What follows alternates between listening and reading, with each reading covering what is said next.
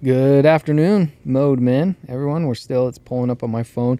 We are sitting here with the amazing Justin Kane of BPI. We're going to talk to him today with the title, What is a Human? He's going to tell us what a human is, because ironically, most of us probably don't really know what a human is when you get down into the depths of that question.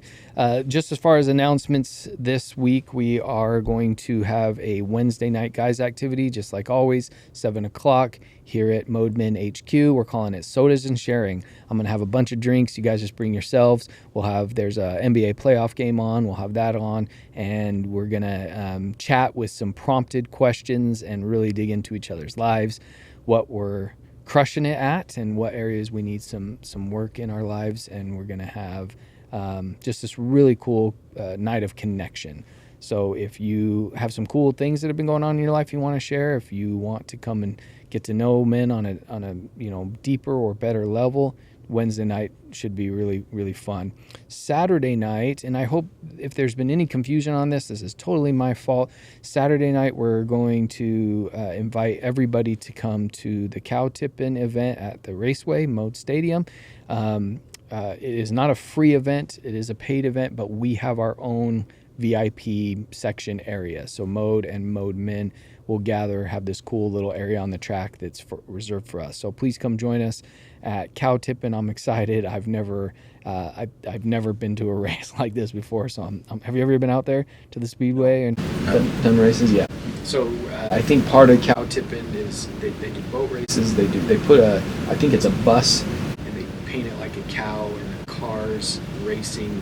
Their goal is to tip the bus over. Oh, so you're not tipping cows. So there's no actual cows. It's a big bus that looks like a cow, but all these cars, demolition type cars, are going to go try to tip over a bus. So if you have kids, please bring your families. This will be so fun to watch and all of that. So without further ado, we have Justin Kane here, who I have had the great pleasure over the last month of getting to know, getting to have multiple hour-plus long conversations, picking his brain, learning from him. And man, is Justin so wise and experienced in life and has a great passion for the human experience. Is it okay to say it that way? Yeah. And the human body. And so I'm going to have him, we were just talking sports, we're going to jump into that, but I'm going to actually ask him to kind of give his credentials real quick, what he's doing in life, what his professional credentials are, and then we'll dig into some family and life stuff as we go. But Justin, tell us a little bit about who you are and what you do. All right. Thanks for having me. Yes. Like you said, fun talking. Just really regular old guy. I happen to be a physical therapist and born and raised in this area. Haven't been too many places, and just blessed to build a business and be on a journey of trying to understand, why we're here. Like, what are we? What's our purpose? Where are we going? How's all this stuff fit together? And certainly not an expert of experts on that, but just enjoying this stage of my life, getting to do more of that. Yeah, it's amazing because you're not only a physical therapist, but you're a business owner. And you and I have had small discussions. We can maybe dig into some of these things here about failures in life and difficulty with business. And that adds a whole another level to a career is when you own the company, right? And so we'll get into that. But before we do some of that, you and I were just chatting about sports. You were an athlete growing up. You have kids that were athletes. You've been a coach.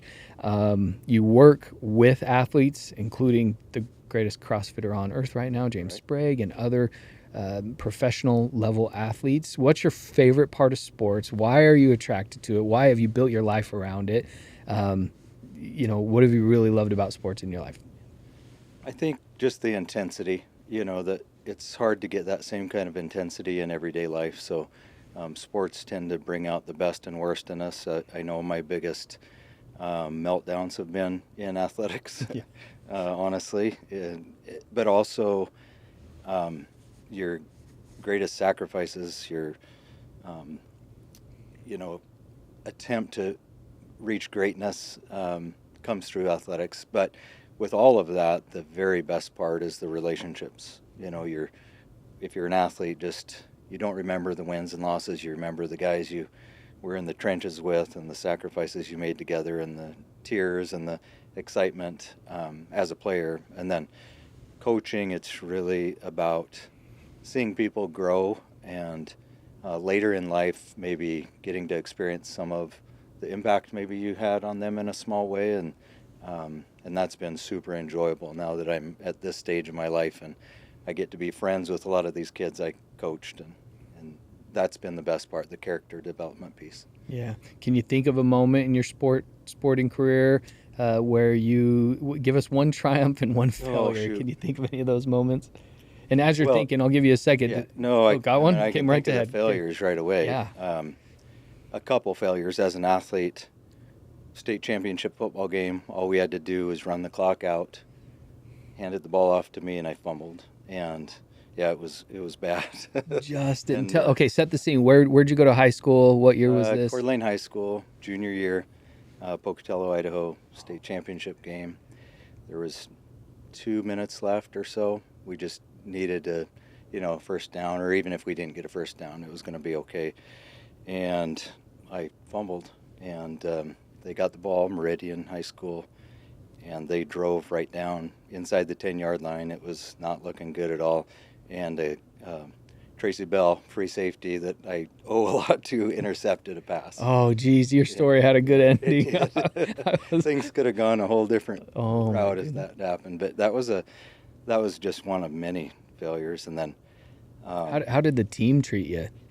they were good. It was good. They were good. I mean, yeah, just harder on yourself than the other people are on you. So that was one of many. And then coaching, there's been a lot of embarrassing decisions. The one my wife never lets me forget is coaching AAU basketball. I thought we were up by 1 point. Mm-hmm. We were down by 1 point. And I put the stall on, yelling at the kids not to shoot. Everybody's looking at me. The clock's winding down. The players are looking at me. I'm screaming, "Don't shoot." Time runs out. Everybody looks at me. We lost the game by 1 point.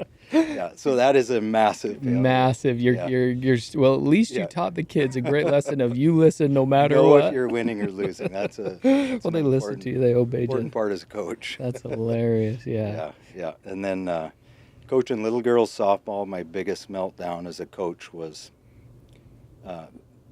totally lost composure with a dad because of how he was treating an umpire, and it got ugly. And usually I don't do that. So a good learning experience for sure. Yeah. So ugly. Did you end up in prison that night? I didn't, but it could have. It was close. It was close. Yeah. For those, you can probably tell on camera, but Justin's no small man. He's very fit. I would not want to cross, but which is funny because wow, I've no. only known you for a couple months, but you definitely don't come across in your normal day-to-day personality as aggressively fiery. No, You're not very at all. calm I'm and mellow, but yeah. that's what athletics can do to you Oh, sometimes. man, You it's can so kind of true. lose it. But Yeah, I had in high school. I played basketball and talk about in 1 week experiencing the ups and downs. I hit a game winner. It was like in high school you play like Tuesday night or Wednesday night, and then you play on Friday night. And I hit a game winner, like a step back three. Dog piled on me, Nice. Hero of the day, and just every kid's dream experience, And I was riding high on Wednesday night. Thursday, great. Friday, we were playing one of the better teams. This is in Utah, and I'm still riding that high. And I won't tell the whole story because it's a long one, but we were down.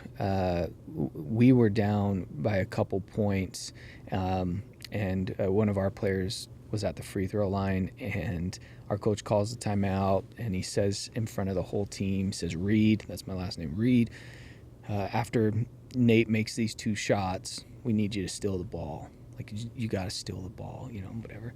So sure enough, Nate makes the 2 shots, and their coach calls a timeout, and literally out of a movie scene, they're passing it in, and I steal the ball. Crowd goes crazy. There's probably 15 seconds left. We're down 1, 15 seconds left, and I steal the ball, and I go and I make the layup, and it's like, are you kidding me? 2 weeks in a row, I'm the hero and everything. And as I'm standing under the basket, I turn around to tell my teammates, "Hey, put a little pressure on," or whatever. And everyone's laughing. Everyone's like my coach is on the floor with his head in his hands. and my teammate comes to take the ball out. And I was like, what are you Oh, doing? no. Yeah, you realize what happened? And he goes, dude, you scored in the wrong Oh, hoop. no. And so I again, the whole story is too long to tell, but just understand that by the end of the night, I was in the locker room in tears. Yeah. And that was the yearbook, the school yearbook, immortalized that week. Scott made 5 threes in the last second, blah blah blah, and game of his life. And then, but he also scored the wrong in the wrong hoop to lose. And so, yeah. It's humbling, huh? Oh, but isn't that what's great about Mhm. athletics? For sure. Isn't that what's beautiful about it? Tell us a triumph. Can you think of one of the? I mean, you won the state Oh, championship, obviously your we junior did. year, but We did. I'd say one of my better memories was sophomore year because my older brother was a senior. He's no longer with us, and I ran a kickoff back, and he was the first one to greet me in the end zone. Lifted me up and stuff, and so great memory there for sure. that's a my really cool highlight. memory. Wow. Well, thank you for saying that. We don't have to dig into this, but you lost a brother, so life experiences. Mhm. So let's combine all that and just, would you mind sharing? This is a very open, broad question, but what role have those triumphs, those hardships in your life played to you becoming the man you are and focusing so much on this human experience? And I guess we should preface this by saying Justin really is concerned with that total life balance, physical, spiritual, emotional, mental. So now we know you've lost a sibling. We know you almost lost a state championship game, but then didn't, luckily. You've run back some touchdowns, obviously had some success in sports. And so as the most broad question ever, how have those things in your life influenced your interest in this human experience? Yeah, that's a that's a big one. But I think through the bulk of your years, you just like are keeping your head above water. Whether you're trying to grow, you're working, you're dealing with family stuff, you're raising kids, you're doing sports, and you just experience life, which is the way it's supposed to happen. But through that experience, you kind of go through the highs and lows, and then if you're fortunate enough, you get a little bit more time in your life to try to contemplate on, what's this all about? How does it fit together? And then just the curiosity of seeing in healthcare, get to see so many humans and hear their stories and try to understand what helps people live a more meaningful life, what kind of things end up happening to hurt people to go down a different pathway, and just trying to understand that and be curious about it and put things together. And so many people are doing the same thing right now. There's a tremendous amount of curiosity and trying to answer questions about life in the best way possible. So I just love this period of history because there is an awareness that's coming about that has not been around. So it's a fun time to be around. Yeah, there's a lot of access, right? Like we have access to so much information and so many studies. And it still is interesting, though, with all the trends and fads that come with fitness and high performance. Is cold plunging good for you? Is it bad for you? All of the information out there. So help us understand some things. Your passion right now is this monster philosophy, is the human experience, is the balance in human life and what is a human. So let's dig into it. Yeah. What is a human? Yeah, I don't know, but trying to get some better answers, I guess, and just really, I think the principle that truth is not something to tell somebody; it's something to unfold or to discover in the process of the context of your life. So, in Western society, we try to really push the framework of things on people, but that part's important, but you have to experience it for it to really become real. But nonetheless, probably 4 years ago, for me, it started with just Googling what is wellness, trying to understand like what really is wellness, and reading the answers to that confused me more than anything. And then, the other side of that, what is spirituality? What is physical health? What is mental health? And then those all end up leading ultimately back to the question of what is a human being, Um, are we just a physical state? Are we a physical and spiritual state? Or physical, mental, spiritual, emotional? There's not very good consensus, but there is a lot of discussion around that topic, and there is a tremendous amount of information accessible through podcasts, YouTube, you name it. And so that's been just a fun thing for me. So I really don't have the hardcore answers, but we have put some things together into framework that helps take maybe some very complicated information and distilling it down into categories. And so there's nothing revolutionary about the narrative that we're creating. It's just another way of speaking to truth from a different perspective. And so to understand the physical side of health, that's much easier. We created the MONSTER acronym. So, and that just stands for the disciplines that will optimize a person's physical health. And so that stands for movement, oxygen, nutrition, sleep, temperature, exposure, electrical balancing, and real light. And so if physical health is a pillar, then what is physical health made up of? And I would argue that it's your ability to move and it's your metabolic function when you distill it down into the fewest possible components. And so the question is, are we looking at health in that perspective, physical health, when you go to the doctor? Not really. We are good at managing acute problems like diseases. Specialized medicine is really off the charts good, but we have a hard time stepping back and saying, well, how does this actually fit into the bigger picture? And a lot of that information we know now has been distorted through money, honestly, greed of healthcare providers, and I'm in the healthcare field, big pharma. It's changed the narrative to maybe confuse us on what health is. And right now, everybody's looking for themselves and they're figuring it out. And there's all these kind of fads and, like you said, cold plunge, sauna, all this stuff. But how does that actually fit together into life disciplines that actually impact your ability to move and metabolic function? And that's really what it's all about as far as physical health. Yeah, I think that the medical, maybe it's a human thing where a lot of us don't change the oil in our car until we're told to, right? And even then, there are a lot of like the filter in the furnace. It often isn't until the furnace goes bad, right? Oh yeah. We fix the problem when it happens, not prevent the problem from happening. I was just listening to a podcast yesterday, and I want to say it was a Tibetan monk or someone like that who was talking about health, and he gave this idea that I'd heard before, but he said if you're physically healthy, you have thousands of problems, right? Like your life, there's so many things going on in your life. But if you're unhealthy, you only have one problem. And it hit me pretty powerfully. Like, well, I don't want thousands of, I get what he's saying. You can't fix anything else in your life because all that you're focused on is your lack of health, your physical side. And so you want to have all the other problems. You want your body to be able to perform so you can go conquer all these other areas in your life, right? Right. Yeah. Yeah, definitely. So, I mean, it's one of those things that it has to, I think we feel guilty because now we have the information, we know what we should be doing, but then real life comes along. You've got to work, you've got to take care of your family, and then the washing machine breaks, or there's the reality to just getting through life. So sometimes by even talking about all of this information, it can end up making you feel bad because you're not addressing those things. So, and that's where you need to understand that that's only one component of being the human experience. There is this different ways of describing it, but the spiritual world is just as real as the physical world.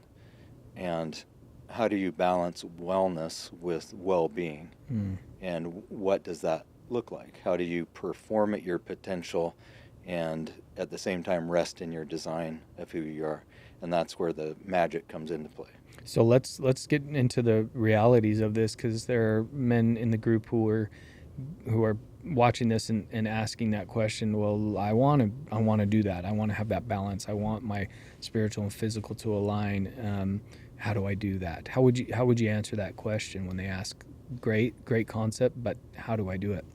Yeah, education is power. So if you were more aware that your filter was about to, cause a problem, you would be more likely to take care of it. And so it's our job, like in the healthcare field, to make the information distilled down into digestible pieces that meet a person where they are. Because, the majority of people I see in the clinic, um, I'd say the majority, their health is not good, honestly. And so to come at them and talk about these monster disciplines would really be like, what are you talking about? I'm dealing with this in my life. But nonetheless, you can take an absolute truth of these things do make a difference, and communicate it in an atmosphere of love with somebody. The skill is delivering it in a way that they can understand it for the place they are in their life. And so I guess you need to do that through really good listening to a person to see what they're ready for, what they're curious about, and then if you can use your experience and knowledge to deliver the truth to them in a loving environment. That's the only way change is going to happen. And the other piece from the individual side is really being able to take the symptoms in your life, whether it's physical or relational, spiritual, and connect that back to the source. And we are masters at lying to ourselves and chasing things that might not make as much difference as we think they do. And so it comes back to awareness, education, and the most important part of all of that is probably learning who you are as an individual. That's what will be the impetus to change. So help us understand that when you say learning who you are as an individual. What do you mean by that? Well, first disclaimer: I'm not a I'm not a psychologist. I'm not a mental health expert.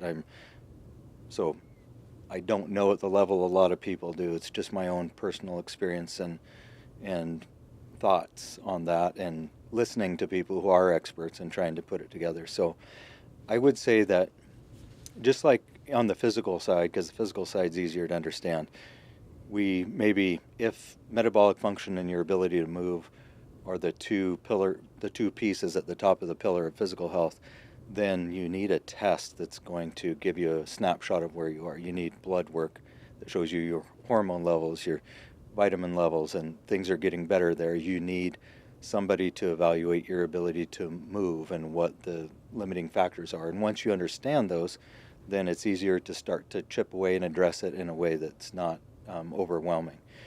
I would say from my own personal experience on the personal growth side, it all starts with just trying to learn about yourself, and you can do that in a variety of ways.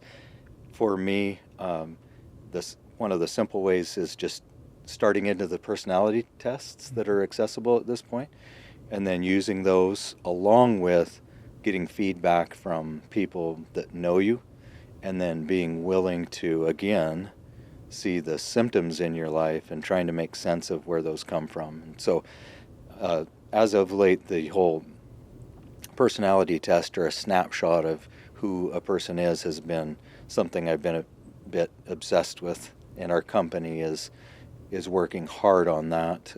We put a lot of effort into understanding employees, and a lot of effort on the culture side of things, because that is the glue that holds you together in the end. So the better we can know somebody, the better we can connect with them and give them what they need, and they're going to feel known.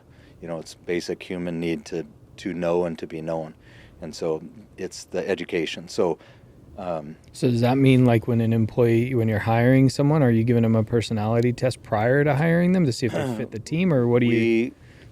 It's optional, because we don't want people to think we're using it to manipulate them either, and it can be used to manipulate them, which is happening to all of us right now. Like, AI is analyzing every one of us, knows our tendencies. That's why our phone messages. So it's a very slippery slope, because you can use it for good, you can help somebody, or you can absolutely manipulate them with more information. So it's voluntary, and we've done a lot of tests, that DISC test, life languages, Enneagram, Colby.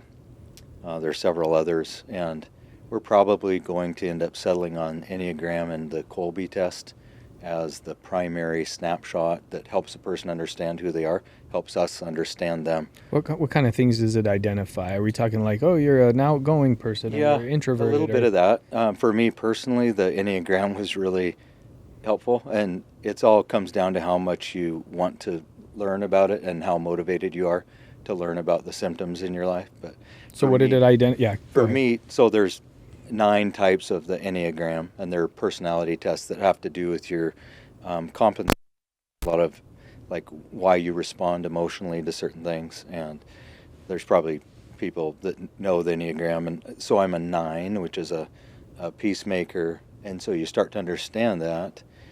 But which sounds nice on the surface, but when you start to then understand that when you avoid conflict, you can then start to connect the dots of how I avoided conflict.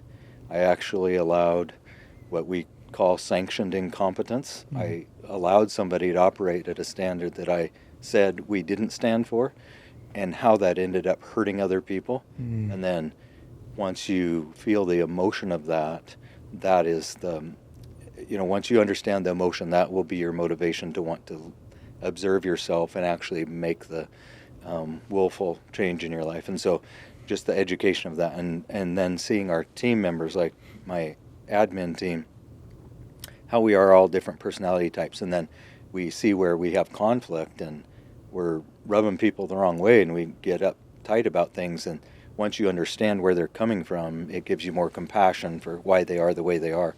And then as a team, you have a better outcome. So for me, it is absolutely the key, whether it's, in my opinion, with a spouse, of family members, your work family. So Enneagram, Kolbe's the newer one we've done. That is really more, so Kolbe would say that we're made up of the cognitive part, what they call the conative piece, and then kind of the affective piece of your emotions and personality. Enneagram would be more affective, and IQ test would be cognitive. The Kolbe test would be conative, which is the way you approach problems, like your practical structure the way your brain is going to approach solving any problem. And it's a framework that is not good or bad, and it never changes through the course of your lifetime. And so that's Is it helping you understand why you are that way, or is it more just identifying that you are that way? Enneagram tremendously helpful for why you are that way. All of it ultimately connects back to childhood experiences oftentimes, or trauma that you've experienced, and the way you've tried to protect yourself or react, and the way you've grown. So, like, for example, I'm someone that when moments get tense or they're awkward or whatever, I'll try to be funny a lot. Would you think that those tests would identify why that is? I mean, obviously, the test isn't going to say, oh, when you were young, this trauma happened, and now you use comedy to try and, or humor to try and, mask your real feeling or something. Yeah, if you get into it enough, it will. Will if it? you're curious.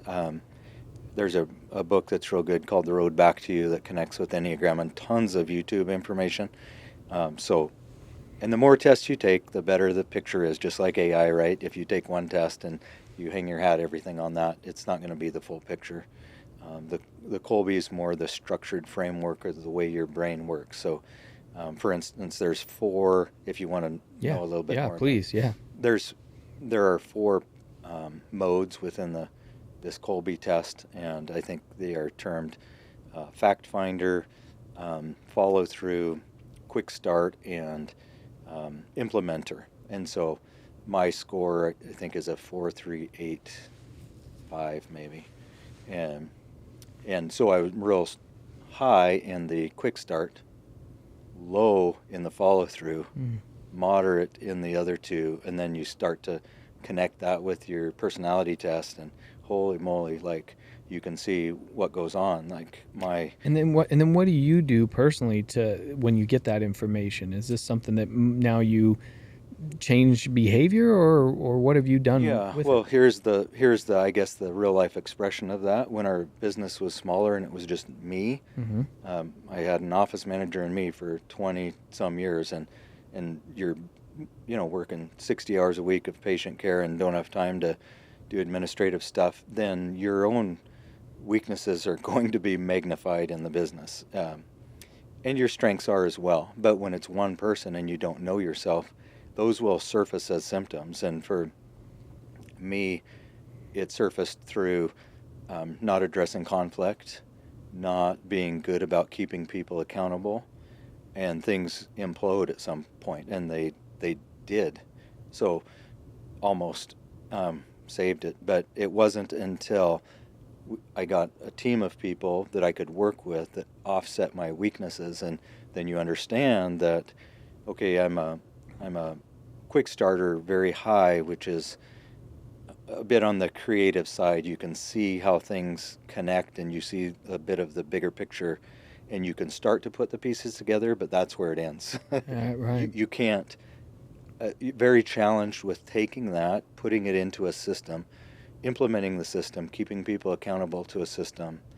And so the expression of that gift is never realized to the world unless you have other people that can make up for your weaknesses. And so thank goodness. So instead of changing necessarily, I'm sure behavior's changed in this process, but instead of just saying, oh, I'm going to be better at handling conflict, you said, I need to find someone in the business that can take on this role. Both. Okay. Yeah, both. I think Rick Pitino, basketball deal here, I remember reading one of his books a long time ago, and he said he felt like one of the things he did as a coach that was helped them be successful is people talk often about improving your weak areas, work on, whatever it might be, your post play, if you're a good jump shooter. And he said, no, I want you to get really, really good at what you're good at. Yeah. And that's going to have the biggest impact. But you also can't neglect your weaknesses, because that's where the personal growth comes in. So no, I have like tried to buck up and see where I've hurt people through my weaknesses and tried to change there. But when you can then have team members that offset those, that's when things really help. Yeah, you don't even realize how meaningful this conversation is to me today. We're making a lot of business decisions and things as we speak, both here at Mode and my other, business lives and things. But I've been doing a lot of deep diving on organization and leadership and things lately. And one of the things I've seen come up over and over is so many companies will try 10 different things, 20 different things to see which one works the best. They'll find this one, plan A works really well, but then they'll say, well, maybe plan Z is going to be better than A, and they'll keep going, where the most successful businesses will take plan A and they'll 10x it. Instead of continually trying 20 other things, they'll now put all those efforts into the thing that worked and try to 10x those results. And so, as far as what we're discussing with the holistic approach to your personality, your blood work, your all of those things, is that something that you implemented and have seen the results of in your business, finding what worked and now have 10x? Trying to, things? But again, I'm on the other end of the spectrum. I'll try a zillion different things and not say, okay, this, like I've frustrated the heck out of our staff with ideas, and I've learned I need to just shut up sometimes, because if you keep throwing out all these different ideas to someone who doesn't think that way, it does nothing but create anxiety for them.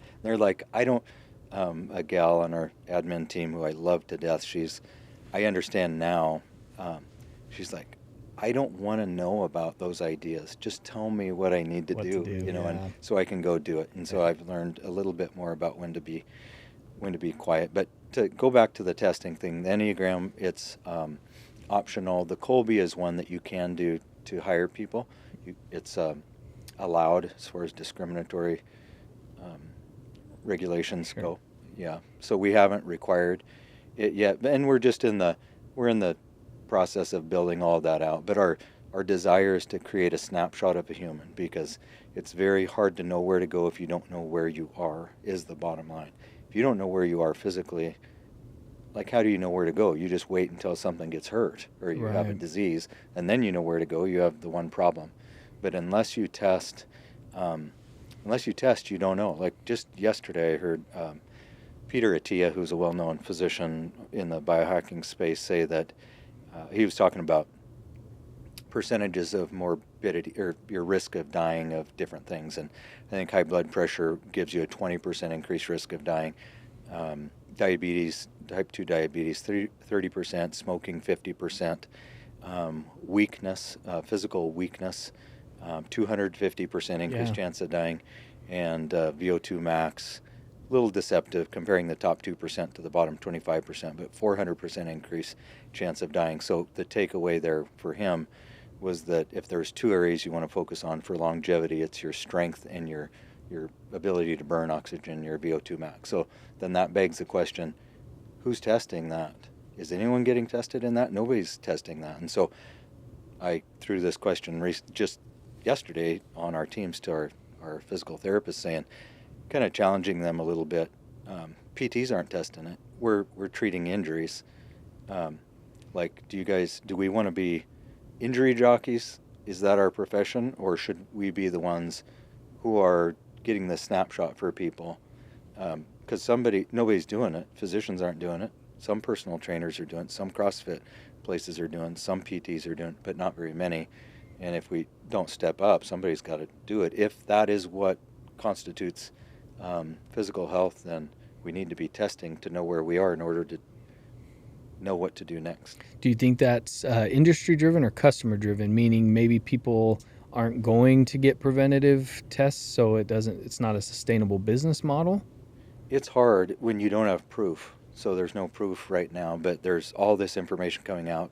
AI is wonderful in my opinion, because the more as information comes out, truth is revealed ultimately. It's used for evil also, but I have a fundamental belief that truth wins, and that AI will prove what works and what doesn't, and it will prove the ultimate truth of what works and what doesn't. It will prove who God is, in my opinion. Okay. Yeah, if you want to go way down the road. That's it. Yeah, we could go there. I want to just touch on this idea though, and with some practical advice to those listening. So, as far as let's say there's a guy listening right now, and he's like, "This all sounds great. I want to go get these things. I want to really see who I am, so I know where to go." You said blood work. Go to your primary care doctor, get some blood work. Well.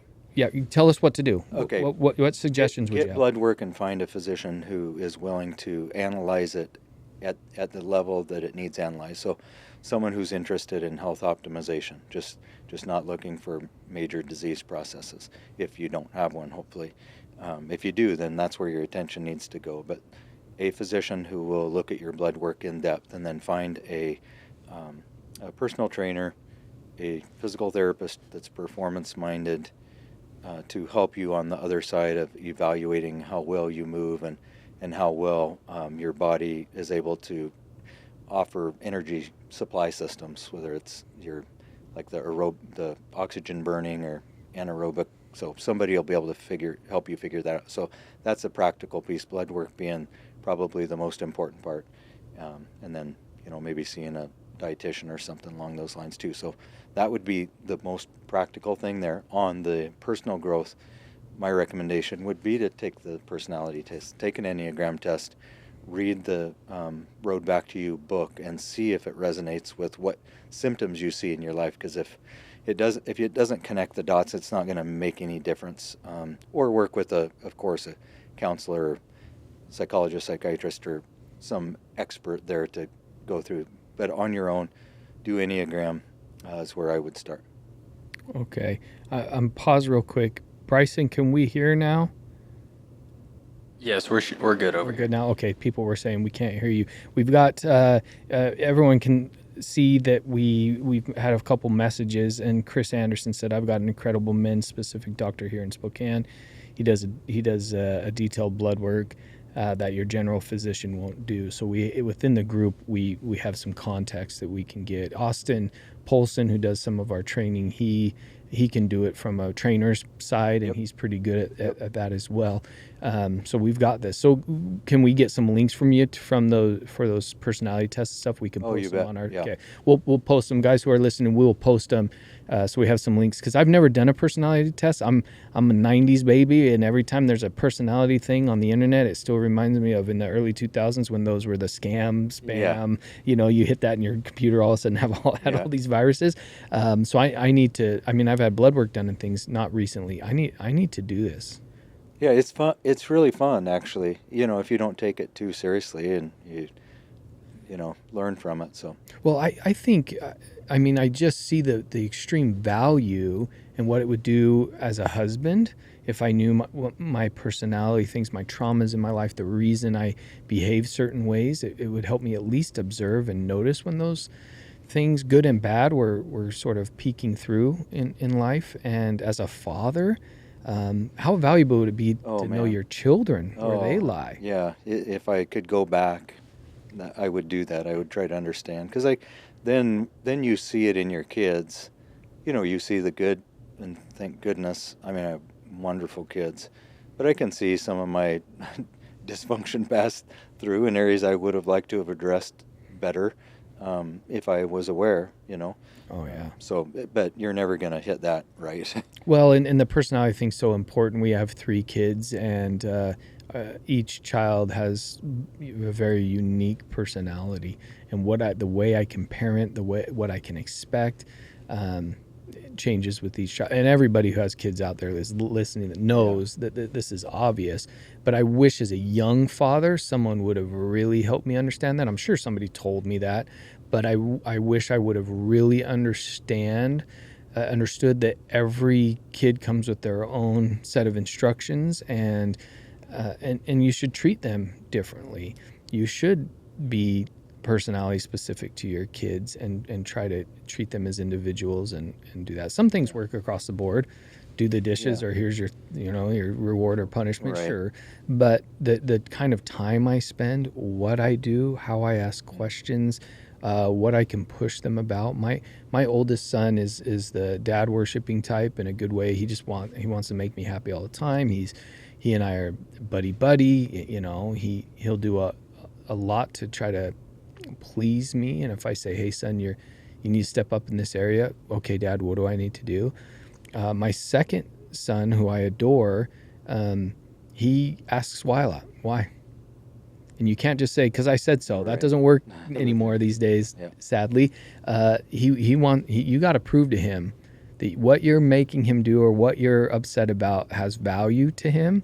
And so I wish I would have been told, that at a younger father age, so I didn't just say, because I said so. Right. And even with that, though, again, you can beat yourself up pretty quickly. You just realize that,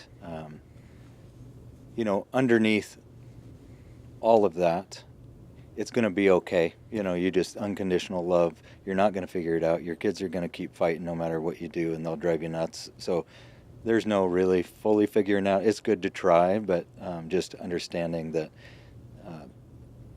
the unconditional love part is what's most important. Things happen in time for a reason, and a lot of times you can't force it. You just need to give it time. Yeah, and we've talked about different ways on some of these podcasts on how you can connect with your kids, and time is so important, right? But from the practical scientific side, you've given me some things, my blood work to see how physically healthy or unhealthy I am and where I can improve, a personality test, or maybe have my children do it so I can see how they respond, and maybe I take that more into account while I'm parenting and things like that. So, and again, the disclaimer that's relatively superficial. If there's deeper stuff, meeting with a real professional in that area, counselor, can help you go deeper, find out what's the thing behind the thing, understand. That profession is a much deeper understanding than my understanding. But for me personally, it's been very helpful. Yeah, great comment, because we do, we need to seek out professional help where it's needed. Yeah. We've got a few more minutes. What else would you like all the men to know about either Monster or Total Life Balance, or how they can improve, the human side of them, the spiritual side, the emotional, mental side, as your life experience has taught you?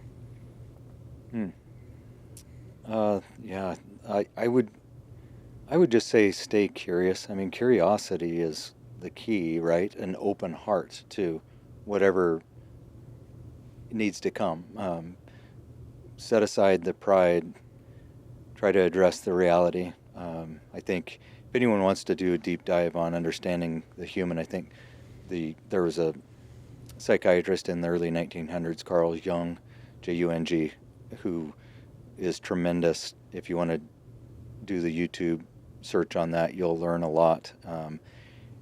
And his statement was, I spent a lifetime searching for self, and I found God in the end. And so it's a very complicated thing, but the process of learning about yourself, reconciling the truth of who you are, and still loving yourself through that process, and then making willful change is a cycle that propels you to, I'm going to sound like a goofball here, but a higher level of consciousness. And that's what spirituality is a process of gaining a higher level of consciousness. And that's what's happening with the sharing of information that you're doing, that Mode is about, that the people who have interest in, whether it's cold plunge or, all these biohacking things that we're into and that we have services for, how does it all connect together? That's how it all ultimately connects together. And just, if you stay curious, the truth of what you need to be exposed to will become evident to you. Yeah, and thank you for saying what we're doing here at Mode. Justin, you're a huge part of what we're doing here, and that is the idea. The idea is on that human connection side, that our families and our friends are in this building with us, and we're connecting. On the emotional side, that we have a support place. We'll eventually have mental health resources in this building. On the physical side, we've got a gym and BPI and all of that. Luke has built this amazing foundation, continuing to build. There's still more to come, but this amazing foundation that everything can be under one roof to try and help us be the best human we can be. The one thing we want to do with Mode Men as we get going here, is to add to all of that stuff, is that service side. I would say in my life, the things that I've lacked, that I've noticed, that have affected my overall experience of life, is my physical fitness. It's been my food is so good, Yeah. right? That's the question I'm going to ask God. Why'd you make the best? I know, It's so good. my weak link too. Not that it was God, but you know what I mean? It's so good. And so, and I had such a high metabolism. I was so athletically active as a youth and in college. And so I don't think I ever ate right, but I never saw it. I was very fit and, and played sports my whole life. And then all of a sudden I wasn't anymore. And so that's been one of my most difficult things in life.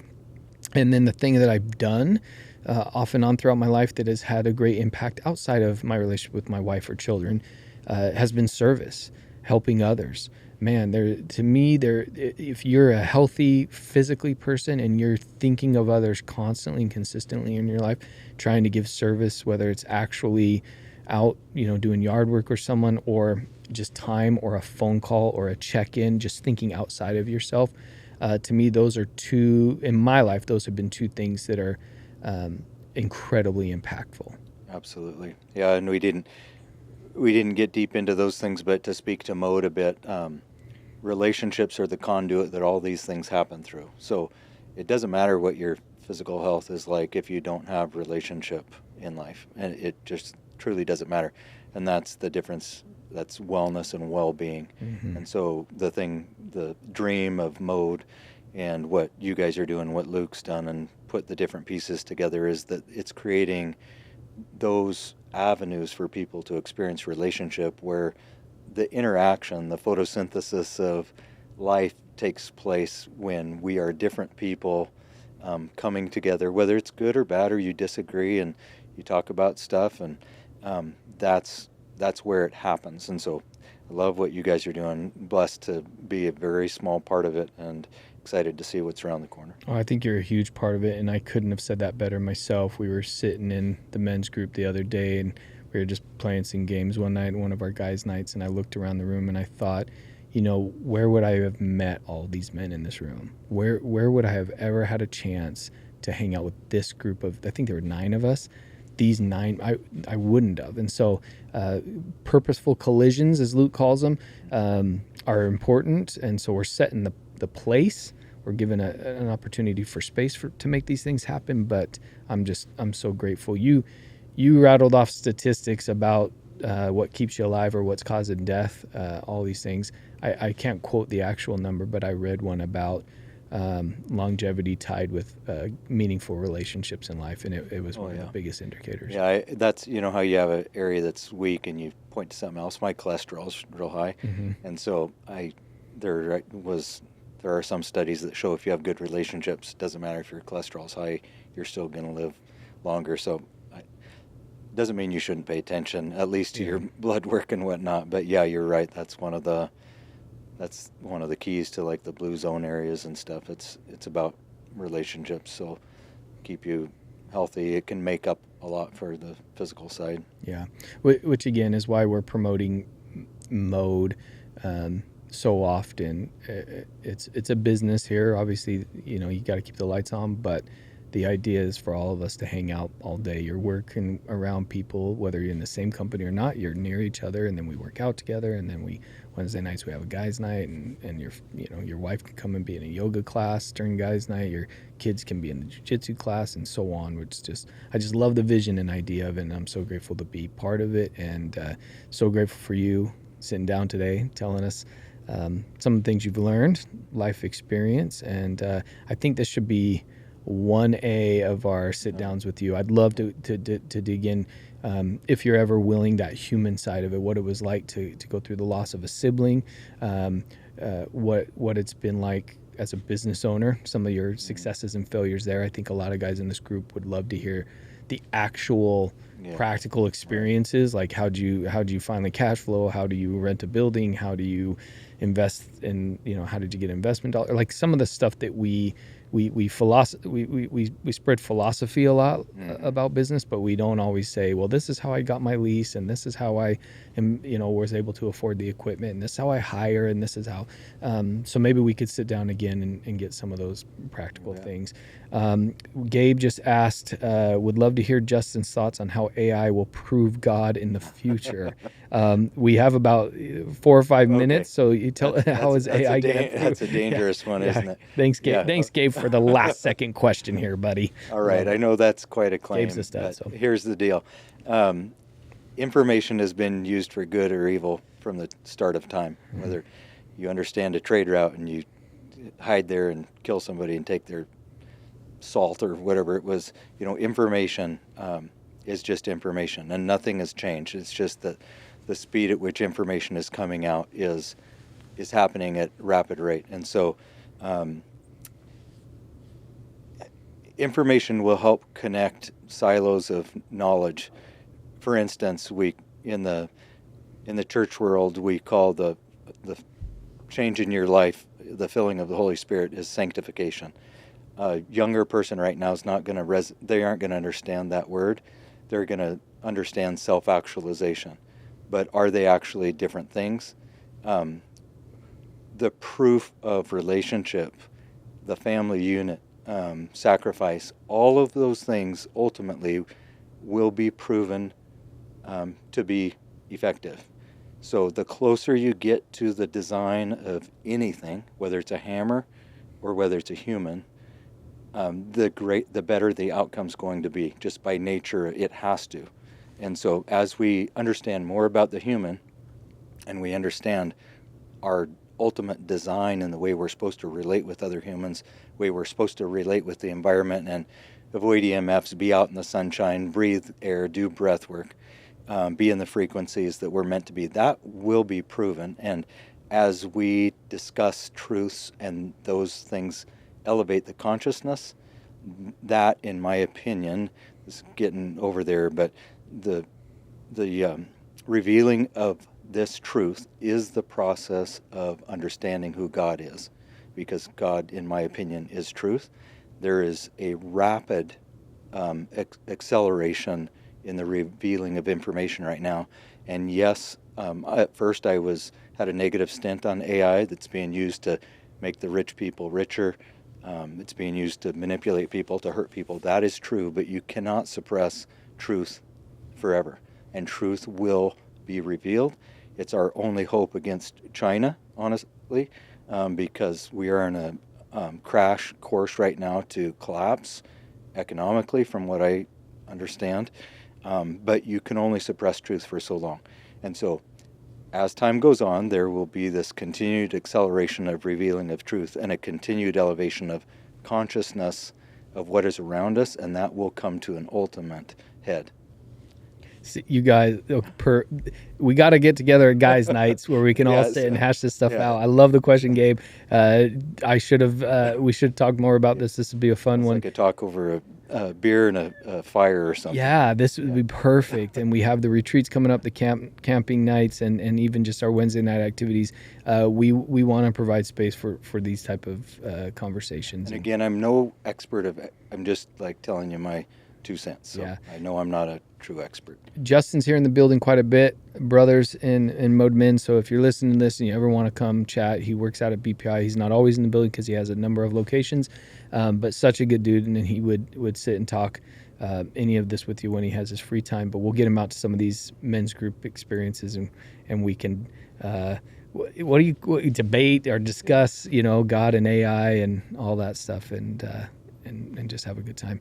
Thank you so much, Justin. Thank you. You're the man. Appreciate it.